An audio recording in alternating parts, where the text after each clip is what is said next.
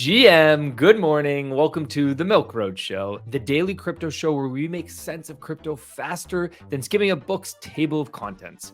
I'm your host, Jay Hamilton, and today we are joined by Lark Davis, macro expert, legendary crypto investor, and so much more. In today's episode, we are talking about Bitcoin all-time high. We passed 75,000 for the first time ever. Is this the start of the banana zone? Are we going to the moon right away, or will there be more volatility? We're going to talk about that today. Trump won the presidency.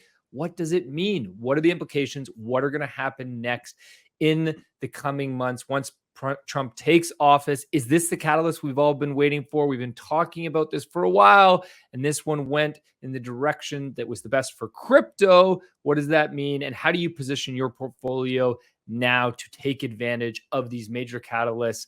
Before we jump into today's episode, we need to take a minute to hear from our sponsors who make the shows possible. Do you own your data? Nope. Every post, click, and search you make is controlled and monetized by unseen giants. I've had enough.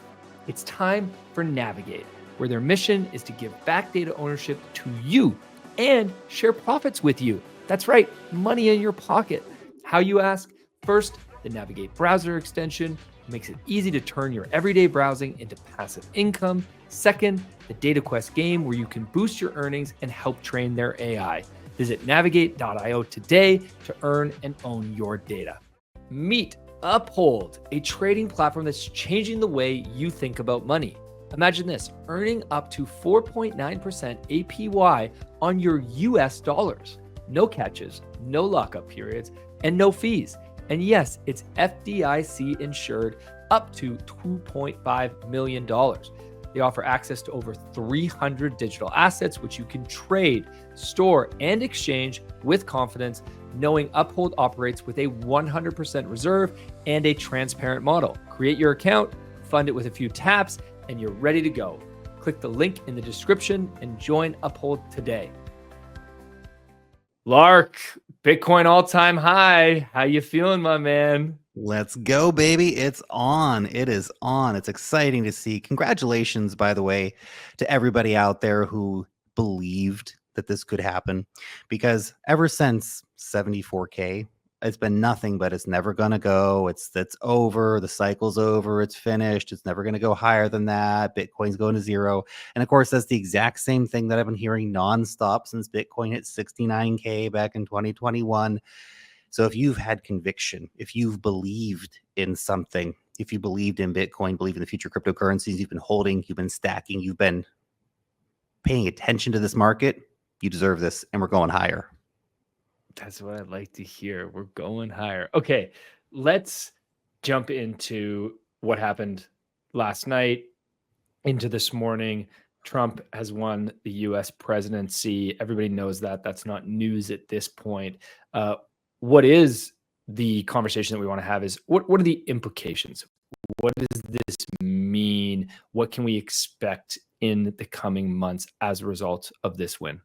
It's really been incredible how much of a proxy Bitcoin has been for a Trump presidency. If you look back and track kind of how Trump had been performing in the polls over the last few months, you can see a strong correlation between that and the price of Bitcoin. And I was up at 5 a.m. this morning, watching the charts, watching the election results roll in. And that 75K moment came right around the time that it looked like Trump's going to take Pennsylvania, which was basically it's over for Harris at that point. There wasn't really much of a pathway for her beyond that unless she won every other single state, which was not going to happen. So you can really see how the market was gunning for, okay, Trump's coming in. It's going to be good for markets. Bitcoin's a quick, available, open proxy, right? The stock markets are up today. Of course, S&P 500, new all-time high, of course, but stock market wasn't open at 2 a.m. or whatever, or 1 a.m. when we started seeing those election results rolling in for some of the states. So Bitcoin's a 24/7, 365 proxy bet for people to hedge or bet on macro economic events like this. So look, Trump getting in, very exciting for crypto. And look, it's a very complicated issue when it comes to politics. People have very strong opinions in either ways, and most people aren't single issue voters. And okay, they're voting for or against the wars, or they're voting for or against some kind of rights or energy or whatever. And I think there's a few big things when it comes to the Trump presidency. One, we're probably going to see inflation coming down with more energy coming into the markets and stuff like that, which could have a good potential to put more money back into the money pockets of retail investors, which could help, of course, pump markets overall. Rates are going to keep coming down. That's not a Trump thing. That's just a Fed thing. But Trump specifically is going to, I really think, open up crypto markets in the USA in a way which they have desperately needed to be for quite a while. You see, Trump 2.0 is a very different guy from Trump 1.0. He's got RFK Jr. behind him, Bitcoiner. He's got JD Vance, Bitcoiner, right? He's got all these people around him who have orange pilled him essentially. And things he's promised to do, and I know the things a politician will say on the campaign trail, okay, we keep that in mind. Bitcoin as a strategic national reserve asset. I mean, this is massive if he pulls that off, right? But the US has 100,000 Bitcoin or something like that left. All they need to do is just not sell it. That's it. That's it. Gary Gensler, he's gone. And this is going to be one of the best things possible for crypto. I mean, my goodness gracious, this guy has been an absolute disgrace of an SEC head, using basically lawfare against the squeaky cleanest players in the industry like Coinbase and Kraken and Consensus and MetaMask and OpenSea. It's been an absolute absurdity, a travesty, a total miscarriage of justice, while players like FTX just turn the blind eye. Don't look at those guys. It's been absolutely insane. So he's gone. That's a day one thing. Genzo will probably resign before Trump actually takes over and he gets you fired. Think so? He'll leave before he gets fired because he knows he's gonna get fired. So he'll just exit, and then we'll see who Trump puts in after that. So that's very exciting. Now, what this opens up the door for, when Gary's not there, and we know the crypto money has come in strong behind Trump, and they're going to want returns for that investment, right? So we're going to get a very pro-crypto SEC head. We're going to get XRP ETFs. We're going to get Solana ETFs. We're going to get Litecoin ETFs. Applications in for all three of those right now at this moment. Those will probably all be approved very soon after the new SEC head takes over. I imagine that most of those cases against Coinbase and stuff are going to be dropped, and we're going to see actual positive moves from the US regulatory scene towards crypto. And this opens up really America to be what it always should have been, which is the crypto capital of the world. One of the reasons why the United States has all the big tech companies, because back in the 90s, they made a decision, hey, let's not crush this internet thing. Let's actually open up the doors for it. It could be something big, and we should probably be the leaders of whatever that's going to be. And you've seen them do that with AI now, but they got it really wrong on crypto. And that's partially because of the banks and stuff like this, which are all now flipping on crypto anyway. But the USA has a real strong potential to be an even bigger player than it has been, because the USA has been a very, very big crypto player in a whole variety of ways, but it's been constantly stifled by these terrible regulations we've seen coming out, especially over the last 4 years during the Biden administration, when they literally rolled out Operation Choke Point 2.0. That's not like a conspiracy theory or something. Literally, they were trying to strangle crypto to death by completely cutting off banking access, putting pressure on banks to not work with crypto companies. This all happened, okay? So that's going to be reversed. We're going to see hopefully more positive legislation around banking and stuff like that come through, so that crypto companies can have more confidence working in the United States, so that crypto developers cannot be afraid to develop and write software in America, which they basically have had to have been. Maybe Americans might even be allowed to get airdrops. Huh? How about that? Literally, the SEC's been protecting investors from getting free money for testing software. It's so dumb. I don't even know where to start with it. And now they're arguing, oh, well, NFTs are actually securities contracts, like they're digital collectibles, dog. What are you talking about? This is crazy. So this is all really good stuff. This is a very positive thing. I think we're going to see a lot of great regulations come out. There's been some other stuff that's been floated. I don't know how serious those proposals were. He said stuff like, well, we'll make it so that when you spend your Bitcoin to buy something, that won't be a taxable event. We'll see if that comes about or not. Maybe I've seen proposals in the past. It'll be something like for $500 or less, for example. So if you're out buying lunch, but if you're going to buy, I don't know, a super yacht or something and cash out millions of dollars profits, maybe, the government will tax that. we shall see, right? And also a shout out. Hopefully he fulfills his promise to free Ross Ulbricht, who was one of the earliest Bitcoin pioneers back in the day, and has been in prison for a very long time for the crime of running a website. So hopefully we'll see him get released as well. The website named Silk Road, which Yep. Milk Road was named after. So shout out to our namesake for that one. Hopefully we'll be celebrating Ross coming home someday in the new year. Let's look at who else won or lost yesterday, because it's not just Trump who has won the presidency. There is also the Senate versus the House. And there is a lot of representatives, politicians that were up for re-election that were either very pro-crypto or very anti-crypto. Let's take a look. If we look at the live tracker from Coinbase, built this from standwithcrypto.com, which is a great website. You guys should check that out. There's a live update that shows that in the House of Representatives, we have 257 pro-crypto candidates that have been elected and 115 anti-crypto candidates elected. So we're doing pretty well in the House. And then in the Senate, 16 pro-crypto candidates elected and 12 anti-crypto candidates elected. So closer in the Senate, but that makes sense. The Senate is a much smaller piece of the puzzle here. What do you see when you look? We can look down here and see there are a few very anti-crypto people that are now out. One of them in Ohio, where Sherrod Brown lost to Bernie Moreno, who is much more of a pro-crypto person, which is great to see. So we have some real movement now. Obviously, Elizabeth Warren, who is maybe possibly the most anti-crypto person politician that there could be. She did win. She is back. So we do have some negative crypto people that are going to still be around. But when you look at this, what do you think of how else the night shook out last night? Look, I think overall, it's a very, very positive result for the crypto industry. And you have to remember, there's been an incredible effort from a wide variety of people really pushing for getting pro-crypto candidates elected. There's been a huge amount of crypto PAC money that came into this election. It was one of the biggest donors, actually, the crypto industry in America, because it's been so strangled and so screwed for so long that the crypto industry finally came together, led by Coinbase and other major exchanges and big players and big whales in the market, saying enough's enough. We're going to play the game. We're going to buy the politicians. We know how the game works. Give the campaign contributions, right? You get the money involved in the politics, and we're going to get the right people elected, people who are going to represent common sense views and not just represent the banking industry. What? So 1 in 5 Americans owns crypto, or is it even bigger number these days? I can't remember the exact number, but it's a shockingly large percentage of the electorate owns crypto, and you have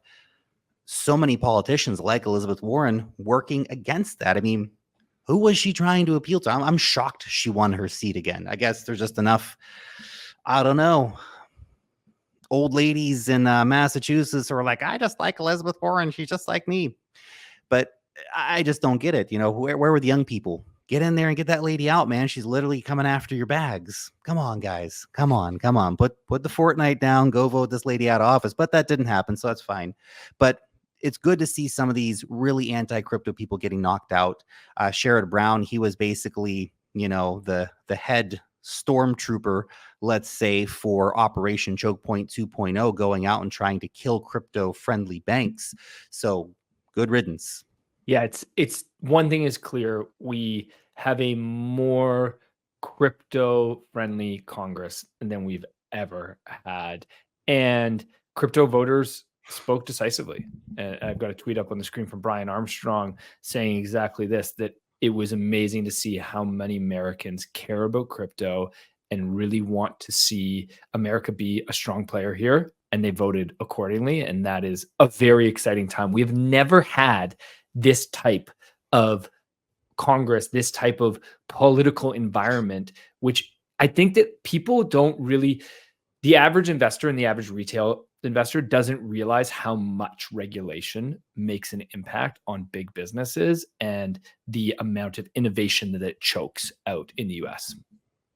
It's in a weird way, it's the perfect storm for the crypto industry right now, because this new administration can be a major catalyst for really cementing the future of America as what it should have always been, a major crypto superpower. And it has been a crypto superpower, but it's had its hands tied behind its back the entire time. Where you see other countries, smaller, more agile countries like the UAE and Singapore, completely outpacing the USA on regulation. But it shouldn't be like that. USA should be the global leader in this industry. And I think that they could definitely cement themselves once again in that area with this new stuff coming through. Can we just take a second too, just to recognize the vast difference in what's just happened in terms of who was elected, right? So the outgoing president, President Biden, has no idea what crypto is, right? No idea, never used it, doesn't understand it, any of that kind of stuff. Whereas Trump, who is also 78, look at the way he's talking. Look at the people he's putting around him, right? He went and bought burgers and sodas for everybody using Bitcoin, right? And yeah, okay, he had his grandpa moment doing that, fine. But he did it. He did it. He sold NFTs. He owns Ethereum. And I know that's his team doing that. But he said yes to it. They came and said, hey, there's this crypto thing and you can sell NFTs and you can get Ethereum. And he did. And they held the Ethereum and they declared the Ethereum on the tax returns and stuff like that. Do you understand this significance of this? The man who just became the president-elect of the United States is into crypto. He's used Bitcoin to buy stuff. He's sold NFTs. He's launching his DeFi protocol and stuff like that. Like, that's insane. His vice president holds $500,000 worth of Bitcoin, right? RFK Jr. holds, I don't know, a whole bunch of Bitcoin as well. Like, we've got a bunch of Bitcoiners who just took over the country, essentially. And this is really bullish for the future of the entire industry. Yeah, it's true. You can't underplay the vast difference in crypto experience and crypto knowledge between Joe Biden and the next president, Donald Trump. And especially, did you ever think we would say that a DeFi founder, if you would call Trump that, or an NFT project founder would be a president? It's insane. Hey, can we just take a moment to recognize too, Bitcoin started 15 years ago. 16 years ago is the white paper. 15 years ago, I think the Bitcoin, the first Genesis block was mined is January 2009, I think. And imagine how far we've come in that time. Just really think about it. We've gone from literally just Satoshi and a small mailing list, a few people, Hal Finney, I'm running Bitcoin, fantastic, to now it became a major political issue in America with hundreds of millions of dollars of PAC money of getting pro-crypto people elected, BlackRock ETFs, the president, his administration. It's become a major political issue at the highest levels. The U.S. government's not like, okay, when little governments do it, you can say, okay, they're innovators. El Salvador is an innovator and they have to innovate with new technology to try to stay competitive. This is America, man. The freaking president of America, okay? The vice president of America. A lot of people who are going to be in his cabinet. This is insane how fast this industry has matured to become a major global technological player. It's wild to see. How did you react with your portfolio to this news? I'm curious, have you made any changes to your portfolio? Were you buying last night and this morning? What do you expect to happen in the short term? Not so much the long term or the medium term, because nobody knows, but in this next few weeks, end of this year. Yep. So I haven't made any major changes to my portfolio overall. Add a little more Bitcoin a few days ago. Nothing crazy, but some more Bitcoin. I nailed a pretty nice trade on Dog with Hat, so I'm pretty happy about that. But nothing too crazy, nothing out of the ordinary, right? I'm already pretty balls to the wall in my crypto portfolio, so there's not really a lot of room to like, okay, we're going to make a big change here. But I think over the next, let's say to the end of the year, we've got a lot of bullish conditions setting up for the market here. So we've got, of course, rates continuing to come down. I know we've had some struggles with, the manufacturing index. We've had some struggles with, job reports and stuff like that. But markets are looking pretty solid. Markets are anticipating that there's going to be some pretty positive tailwinds coming in from a Trump presidency when he gets inaugurated in January. So between now and then in particular, we could see some really good narratives form up, some really good price action form up in the markets. And basically, if you look back historically, the price of Bitcoin about a week before the election, for every Bitcoin cycle we've had an election so far, the price of Bitcoin about the week before the election is never revisited again, which is pretty crazy to think about. Now, will that happen again? I have no idea. Who knows, right? But it's an interesting little factoid to keep in mind there. So we're probably going to see markets continue to rally into the end of the year because why wouldn't they? Rates are getting cut. You have a pro-business, pro-crypto candidate coming in who's probably going to lower the price of energy and stuff like that, and get people excited about markets. Of course, markets are already raging. People are saying, "Oh, the stock markets are so overvalued. New super Armageddon any second now, 1929." There's probably going to be a reckoning at some point, but not quite yet. Not quite yet. And maybe we get a market top in March or April of 150K, 200K BTC. And if that happens, if I see those kind of numbers on BTC, I'm selling things down pretty aggressively. I'll keep my Bitcoin, I'll keep my stable coins, but everything else on the chopping block, man, because you just don't know how much longer the cycle will last. And historically speaking, when you break out beyond the previous highs with some definitive move, really, we can look at March as a bit of fugazi. We got up to 74K, which is $5,000 over the previous all-time highs, and we were there for a couple of days. But, it wasn't really this strong, convincing breakout move, which tends to come post-Bitcoin halving. And we've had Bitcoin ETFs buying the equivalent of an entire month of miner production in a single day. That's happened multiple times in the last month. That's the post-Bitcoin halving reality, where you see demand vastly outstripping the ability of new supply to enter the market.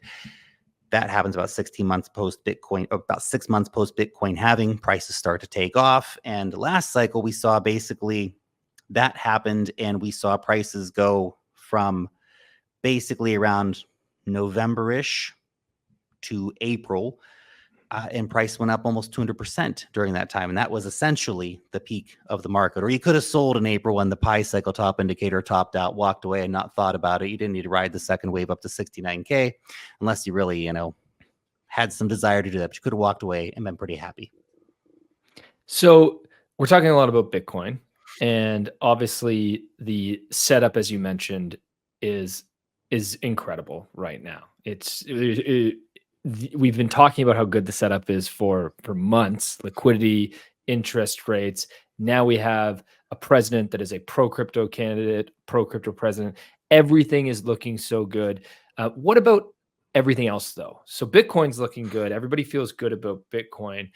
Do you think that we get more flowing towards altcoins? And I mean, I hate to use the term altcoins, but basically everything that's not Bitcoin. Of course, at some point, it always happens. Money will seek bigger returns elsewhere, especially from the old Bitcoin whales. Now, look, BlackRock and co, it'll be interesting to see how exactly they play the cycle. Are they just staking a land grab and they're just going to hold for decades and stuff like this? It's very possible. Although I imagine when we start seeing 150 or 200K Bitcoin, we're going to see billion-dollar outflow days as institutions and other funds start to take massive profits from their Bitcoin ETF investments. But I think a lot of that will hold probably long term through the volatility. We'll see how it plays out, of course. But altcoins will get their bid, because when you start seeing those crazy valuations on Bitcoin, altcoins catch up, right? But Bitcoin whales, they take profits, right? They see 150K Bitcoin, they're going to take profits. They're going to roll that down to the next thing, try to double their money again, so on and so forth. And you'll see the cascade of money flow down through the cycle. And of course, late participants showing up, retail coming in. They're going to come in and go, well, Bitcoin's so expensive, I'm going to go buy this dog coin, or hey, someone said Chainlink's really cool or whatever, and they're going to go buy those things. So we will see a lot of these altcoins getting bids. But obviously, as we always like to point out, a lot of these coins are not going to reach new all-time highs. Previous cycle coins are not going to reach new all-time highs. Focus on those shiny new coins. Meme coins will continue to be very popular because they're just simple. There's nothing to understand. I like a frog picture. I like the dog picture. Price will go up. That's simple for people, right? And Bitcoin's got a simple narrative, digital gold, right? Other things, not always so clear what their narratives might be, and they're doing too much, and the tech's really good, but you got to be a bit nerdy to understand that. And nerdy doesn't always sell well to the retail crowd who might just like putting a hat on the dog, right? It's amazing how much simplicity always wins. Any other things that you're watching? Any final thoughts to share with us? I know. Oh, actually, you know what I got to ask about quickly, Lark, is I've got to ask you about this story that you tweeted about because it's just so funny not to share it. Is one of the biggest winners from last night's election was somebody who made 21 million in profit on Polymarket. What happened here?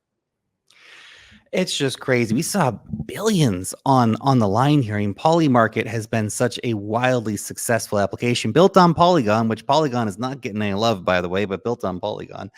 It's been incredible to see the money flowing into Polymarket. And yeah, there were some big winners. There were some huge, like multi-million, even $10,000,000 bets that came in pretty last minute for Trump. So pretty fantastic to see. I mean, these guys, some of the, I mean, man. It's the Super Bowl, man. It's the Super Bowl politics essentially, and people love sports betting, and this is just political betting. And it's been incredible to see though, and it's been very interesting to see throughout the cycle really how responsive Polymarket has been to the election cycle and to the polling and to gaffes made by one candidate or the other or bad interviews and stuff like this. It's been very responsive in a much more honest way than the media. Of course, media is terrible beyond belief. We all hate the mainstream media. In fact, if you don't hate it enough, you probably should just hate it more because it's absolutely garbage and terrible. However, one thing that's very interesting is that when you look at Polymarket, why Polymarket, to some kind of extent, there's a bit of gaming of the system, right? But there's billions online here. You can only game the system so much. You're putting real skin in the game, right? And that's, I think, an important thing to keep in mind here. Real money, real skin in the game, whereas, yeah, you can just get on CNN or MSNBC or whatever and just say words, just words about whatever you want, and there's no implication for that. Whereas if you're actually putting $10 million on the line, you got some real insight and narrative and thesis behind what you're doing. And markets were right, which is very interesting. Yeah, it's amazing to see the use case of prediction markets really establish themselves during this election. What will be interesting to watch will be how Polymarket performs post-election when so much of their volume of bets was really tied to the election. So is there going to be a fit beyond the election? We'll see. Lark, final thoughts to share with our audience before we let you go today?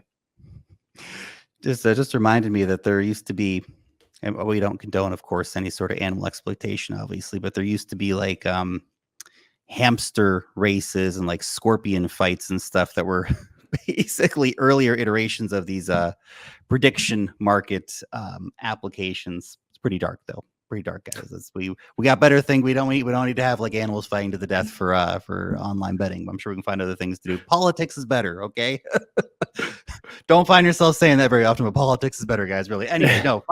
Final thought. Okay, it's a very exciting day, and I think it's an exciting time for America. And I really hope that we see some really positive catalysts coming out of this and that it's not just talk and that we see real positive action actually happening in America, because America should be the global leader in the cryptocurrency market. And I hope that this new administration will make them exactly that. Fantastic. All sounds good. Lark, thank you so much for joining us today. Everybody listening in, I hope you are feeling as bullish as we are. Comment with a bullish on YouTube, wherever you're listening. If you're feeling the bullish vibes all the way here at Milk Road. Have a wicked awesome day, everybody. To the moon! As always, if you liked today's episode, please hit subscribe and make sure you follow us so you don't miss out on the next one. There's also a link in the description to our free 5-minute daily newsletter where we simplify crypto for you while making you laugh.